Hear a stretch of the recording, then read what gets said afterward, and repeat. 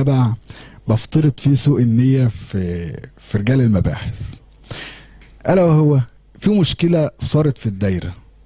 المشكلة ابتدت صغيرة وابتدت تكبر وتكبر وتكبر، فببتدي أضغط على الطرفين الاتنين عشان أوصل لنقطة ألا وهي التصالح.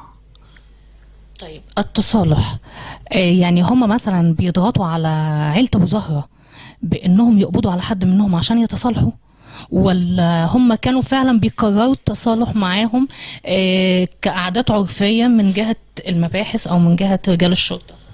أفضل صورة ممكن نتصورها إن هما بيضغطوا عليهم عشان التصالح، ده أفضل صورة إحنا ممكن نتخيلها، لأن أي صورة غير كده هتبقى صورة خطأ.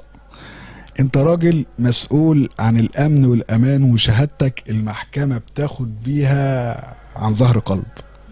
وبنأكد في كلامنا ان احنا لسنا منحازين لأي طرف، وللطرف الآخر حق الرد، ولكل من ذكر أسمائهم أثناء حلقتنا حق الرد.